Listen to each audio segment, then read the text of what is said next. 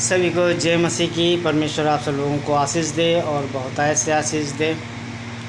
आज हम सब लोग परमेश्वर के वचनों से चर्चा करेंगे कि हमारी प्रार्थनाएं किस तरीके से पावरफुल हो सकती है।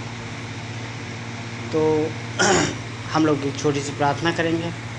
धन्यवाद शक्तिमान परमेश्वर दयालु, हम आपका धन्यवाद करते हैं कि प्रभु आपने बीते समय में संभाला। प्रभु आप हमें वो वचन दें परमेश्वर कि हम उन वचनों के अनुसार अपने जीवन को, अपने प्रार्थनाओं को और पवित्रता को और पवित्र आत्मा को परमेश्वर हम अपने जीवन में लागू कर सकें पिता, और हम सब की प्रार्थनाएं परमेश्वर आपके पास तक पहुंच सकें।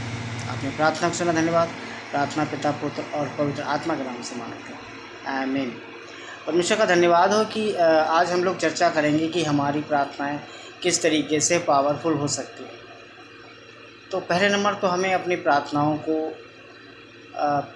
मन से, दिल से समझना है कि क्योंकि देखो, कोई दूसरा मनुष्य अगर हमें बताता है, उन मनुष्य के बताने हुए पे नहीं, बल्कि हमें देखना है परमेश्वर के वचन से कि वचन हमें क्या बताता है, क्योंकि परमेश्वर का वचन पवित्र आत्मा की प्रेरणा के द्वारा लिखा गया है। इसलिए हमें सबसे ज़्यादा ध्यान और मन लगाना है परमेश्वर के वचन पर। तो हमारा सवाल ये था कि हमारी प्रार्थनाएं किस तरीके से पावरफुल हो सकती है और परमेश्वर हमारी प्रार्थनाओं को कैसे सुनता है। तो हम वचन से देखेंगे, निकालेंगे दानियेल की पुस्तक, उसका 10 अध्याय और उसकी 12वीं आयत देखेंगे कि यहाँ पे दानियेल जो है वो प्रार्थना करता है परमेश्वर से, और 9 अध्याय में उसका 3री आयत में लिखा है कि हे मैंने अपने आप को दीन किया, नम्र किया और टाट ओढ़ा और राख में लपेट लिया, और मैं इस तरीके से प्रार्थना करने लगा कि हे परमेश्वर, कि तुम आज्ञा मानने वालों पर और अपनी प्रेम रखने वालों पर तो अपनी वाचा को पूरा करता है। तो यहाँ पर दानियेल जो है वो प्रार्थना कर रहा है, और जब हम 10वीं आयत में हम जब देखेंगे जा कर के, तो 10 का 12 अगर हम पढ़ते हैं तो वो इस प्रकार है, फिर उसने मुझसे कहा। अब यहाँ पे क्या होता है कि स्वर्गदूत आकर के दानियेल से बात करता है। फिर उसने मुझसे कहा, है दानियेल, मत डर, क्योंकि पहले ही दिन को जब तूने समझने और बूझने के लिए मन लगाया और अपने परमेश्वर के सामने अपने को दीन किया, उसी दिन तेरे वचन सुन लिए। कितनी बढ़िया बात है। यहाँ पे परमेश्वर का वचन कहता है कि जिस दिन तूने अपने आप को दीन किया, उसी दिन तेरी प्रार्थना सुन लेगी। आज अपने आप को जांचने की ज़रूरत है, क्या हमारी प्रार्थनाएं दीन होकर के हो रही हैं या नहीं हो रही हैं। अगर नहीं हो रही हैं तो आप करना शुरू कर दीजिए, क्योंकि परमेश्वर चाहता है कि आपकी प्रार्थनाएं पावरफुल हों, आपकी प्रार्थनाएं ऐसी हों कि समंदर की तरह। इसलिए रास्ता एक ही है, और वो है परमेश्वर का रास्ता। अगर आप अपने मन के द्वारा अगर प्रार्थनाएं कर रहे हैं, इच्छाओं के द्वारा प्रार्थनाएं कर रहे हैं, तो शायद है कि वो प्रार्थनाएं इतनी सक्सेसफुल नहीं हो सकती। सक्सेसफुल वही प्रार्थनाएं होती हैं जो परमेश्वर के वचन के अनुसार जो लोग करता है, क्योंकि परमेश्वर का वचन कहता है, पवित्र आत्मा तुम्हें रो रो के और सिसक सिसक के और आहें भर भर के तुम्हें प्रार्थना करना सिखाएगा। तो अब ये पवित्र आत्मा हमें सिखाएंगे, और दीनता का जो वो है फल, वो पवित्र आत्मा का ही है।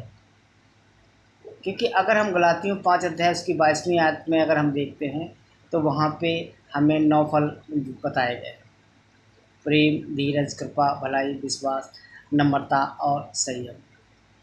तो जो नम्रता का जो फल है, उसी फल के द्वारा परमेश्वर हमारी प्रार्थनाओं को सुनता है।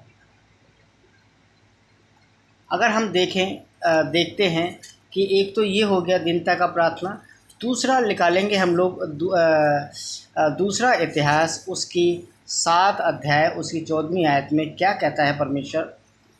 तब यदि मेरी प्रजा के लोग जो मेरे कहलाते हैं दीन होकर प्रार्थना करें और मेरे दर्शन के खोजी होकर अपनी बुरी चाल से फिरें, तो मैं स्वर्ग में से सुनकर उनका पाप क्षमा करूंगा और उनके देश को ज्यों का त्यों कर दूंगा। हालेलुया। आज परमेश्वर खुद कह रहा है, जो लोग मेरे कहलाते हैं, किसके कहलाते हैं? मेरे कहलाते हैं, वो दीन होकर के प्रार्थना करें। हमें बता रहा है परमेश्वर कि आपकी प्रार्थनाएं मैं कैसे सुनूंगा। वो कह रहा है कि जो लोग दीन होकर के, जो मेरे कहलाते हैं, वो दीन होकर के प्रार्थना करें, तो मैं अपने स्वर्ग से उनकी प्रार्थनाओं को क्या करूँगा? सुनूंगा और उनके देश को ज्यों का त्यों कर दूंगा। इसका मतलब क्या है? इसका मतलब ये होता है कि अगर हम गलत काम कर रहे हैं या परमेश्वर हमसे नाराज़ है या हमारे घर में दिक्कतें हैं या परेशानियां हैं, जो भी हैं, अगर आपकी प्रार्थना दीन होकर के अगर शुरू हो गई, तो परमेश्वर आपको ज्यों का त्यों कर देगा और बहुत सारी आशीषें देगा। तो मैं ज़्यादा लंबी वीडियो नहीं बनाना चाहता हूँ और परमेश्वर के वचनों को हमेशा जुड़े रहिएगा परमेश्वर के वचनों से। और जो लोग मेरी वीडियो अगर देखते हैं तो पहले नंबर पवित्रता का जीवन पवित्र आत्मा में भरें, और ये वीडियो उन्हीं लोगों के लिए जो है प्रभु में है और प्रभु में आगे बढ़ रहे हैं, परमेश्वर के वचनों में आगे बढ़ रहे हैं। उनकी प्रार्थनाएं पावरफुल होना ज़रूरी है, क्योंकि हमारा युद्ध लहू और मांस से नहीं बल्कि उन शैतानों से है। परमेश्वर आप सब लोगों को बहुत सारी आशीषें दें और उन आशीषों में परमेश्वर आपकी हर एक प्रार्थनाओं को सुने और आपकी प्रार्थनाएं पावरफुल होने पाएँ। आमीन। सभी को जय मसीह।